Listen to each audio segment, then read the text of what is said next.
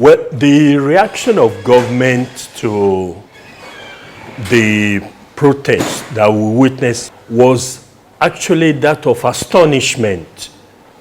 Government was surprised that our children, the students of the Polytechnic Ibadan, could actually come out en masse to demonstrate against the decision of government to rename the Ibadan Polytechnic after an icon, Dr. Omololu Olunloyo.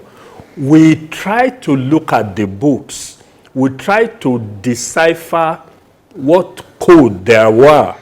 We didn't see any reason in the world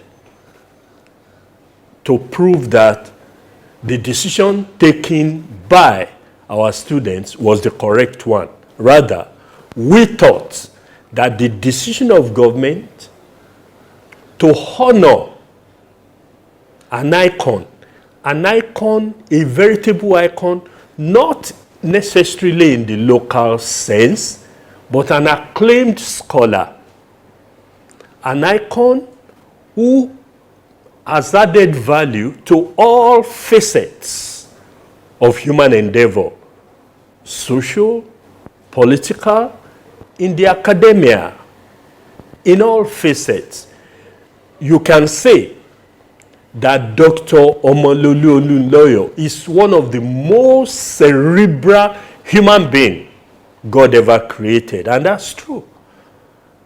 So we put it down to this, that most likely we have a very strong educated hunch that most likely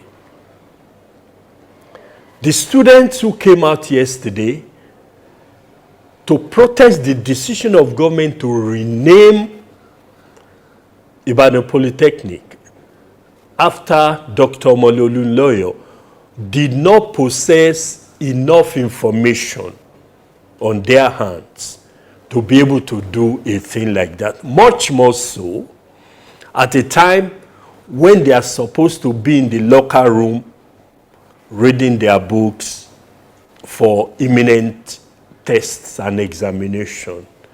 So the deputy governor came out to address them yesterday and asked them to chill.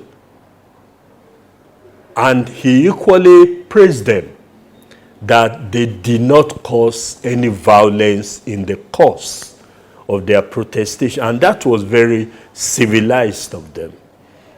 In fact, we defer to our students, not only at the Polytechnic, indeed everywhere, that all students that we cater for in Oyo State, we defer to them, we love them, and they are doing very well.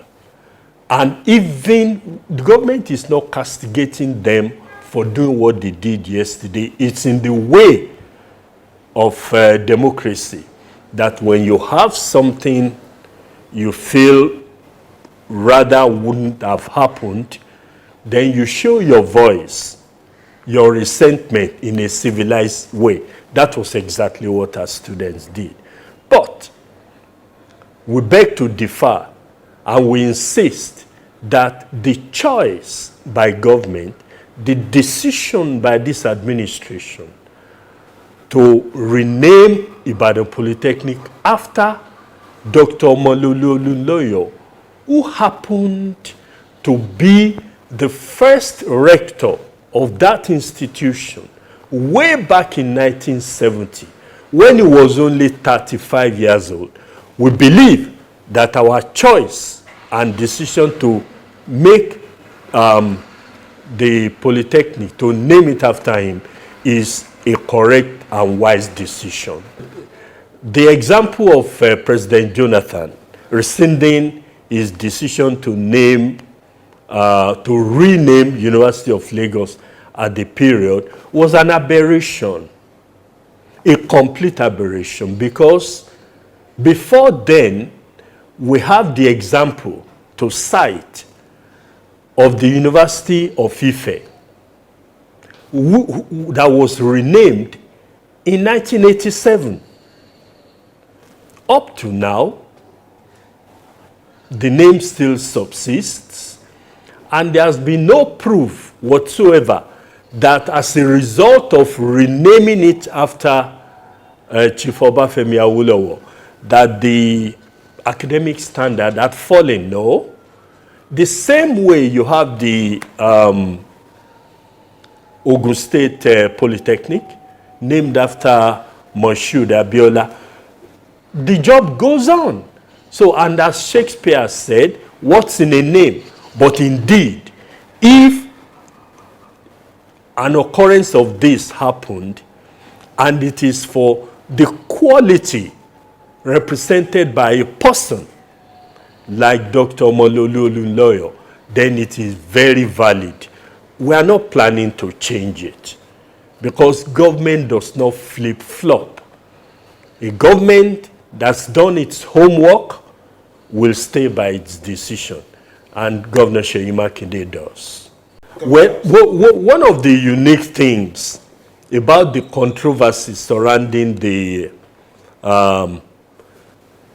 reconstruction and overhauling of the government house, Agodi, one of the unique things was the disinformation that has gone abroad, that government planned to spend 63.4 billion naira on renovation. No, in the 21 paragraph press release, which was released from my office after the Executive Council decision on same, not once in the 25 paragraph, not once was the word renovation used. It was not our word, it was theirs to achieve an end. Okay? We used very emphatically that the place will be reconstructed and some other facilities there totally overhauled. People tend to forget that, yes, 63 billion is a colossal sum of money, but we are talking about yet another peculiar legacy here. In a facility, a government house that had as its tenants Sir John Rankin way back in the early 50s and the late 40s, okay, that had Sir Adesoji Aderemi as one of its tenants and numerous others. The place that is already decrepit, including the banquet hall and, you know, the governor's residence that is leaking. Seyi Makinde never stayed there for 6 years. He doesn't even plan to for the next 2 years when he exits. But it's going to be one of the legacies that he will leave behind. As I said, there are 21 different properties in there that will be affected, that will be restructured, that will be reconstructed, that will be overhauled. And as much as the money is indeed, if you look at the exchange rate today, you'll see that, yeah, it will be money well spent, just like we've done in other infrastructural areas that this administration had engaged in.